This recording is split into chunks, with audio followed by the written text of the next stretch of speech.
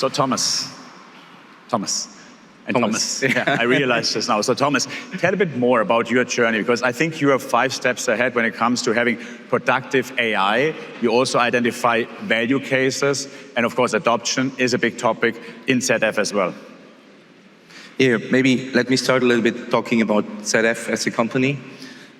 We are one of the world's leading manufacturer of advanced mobility solutions for both commercial and passenger cars.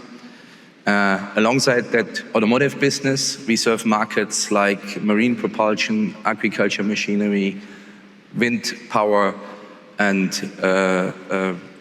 other industry areas. The company is operated by its 150,000 some more employees in 29 countries, and we have our products built in more than 160 plus plants. That already describes a little bit the complexity we are in. The last 10 to 12 years, the company has grown pretty strong, mainly by some major acquisitions. And integrating those acquisitions now means for us that we have a pretty complex ECC landscape, highly customized, coming from different histories.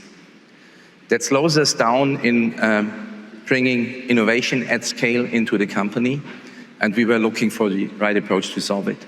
Obviously, the solution would be clean core, but that's a hard challenge in that kind of environment, right? So we were looking for how we can get our company ready to scale innovation fast and be ready for AI. And our solution of choice was going with SAP RISE and the BDC. And the BDC already today helps us a lot making our data AI ready. We already migrated all our BW systems to BDC. And with SAP RISE, we made a bet, okay? I think we were pretty clear that this will be the platform where all the innovation is going to happen. And we were expecting over time that we will see much more migration, transformation support coming from AI on the platform. So when I heard Søren, and I had the opportunity to talk to him yesterday about the agent-led transformation, that was exactly what we are waiting for, right? Because that will help us, even in our very complex environment, to get much closer to the clean core than we ever thought we could possibly get. Yeah, and look, that's really the intention of the migration assistance. And I know you still have a long way to go.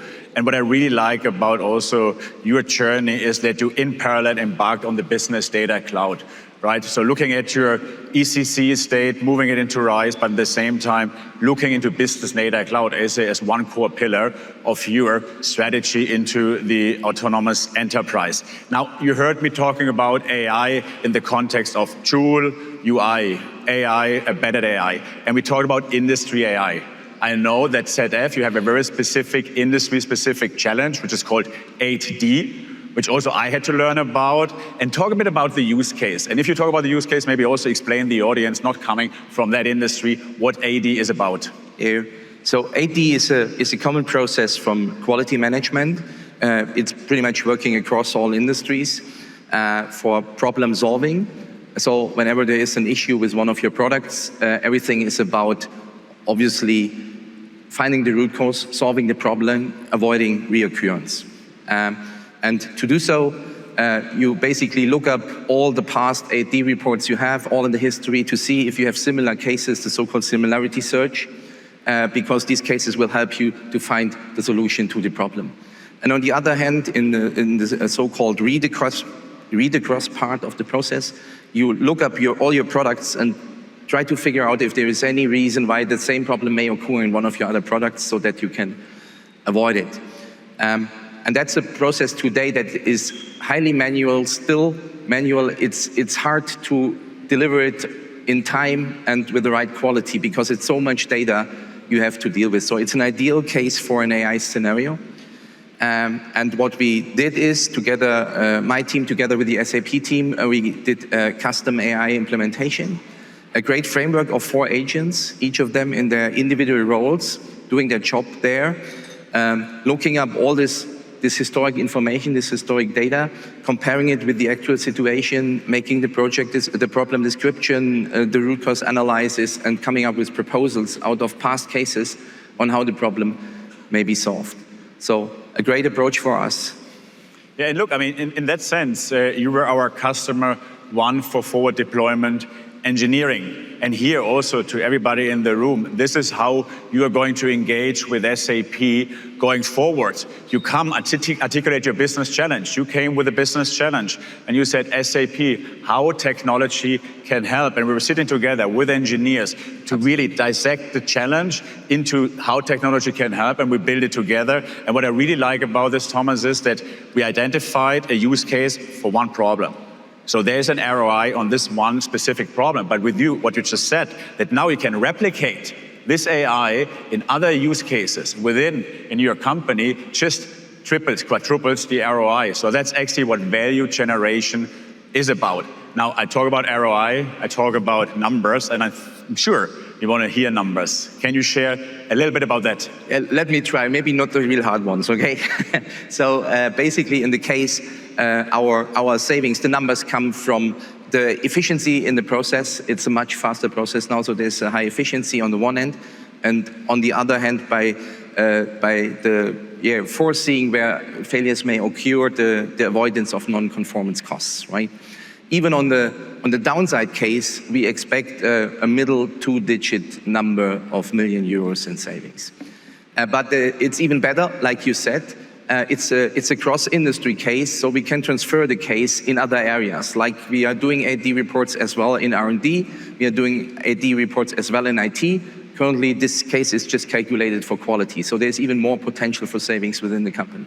No, that's really great. I mean, this is the numbers our customers are really looking for in order to go back also to their boards to say, look, an investment in AI is actually investment in the future growth of the company. So with that, and you just heard me talking about also the adoption and the fact about that adoption matters, and we can really only unlock value when we adopt. So can we talk a little bit also how WalkMe has helped you to drive adoption within your organization, and also thinking about all the rollouts you talked about to get really AI embedded in the operations?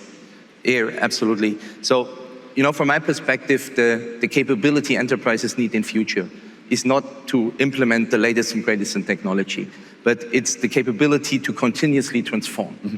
And this means transforming your processes, your tools, your architecture, and your people. And this should not be overseen. And transforming your people mean that they need to adapt to a new way of working, right? We are coming from a more transactional-based way of working. We are dealing with the tools to a way of working where we are communicating with the AI. And the way we bring along our intention to the AI will directly influence the quality of the result. And we have chosen WalkMe to help our users exactly on that journey, coming from the transactional way of working rather to that kind of new modern way of working. That will give them confidence. They are guided directly in the tools. It's not an additional effort. And that will make them much more open for the new technology. I mean, look, that's great. And I think when we think about it, right, you identified the use case, you build it in, now with the tools, you scale it in your organization. What's next? Yeah, I mean, still we have a way to go. So we will continue this way, obviously. And for sure, we will continue our strong partnership with SAP. We have built a strong foundation with what we did with RISE, BDC, BDP.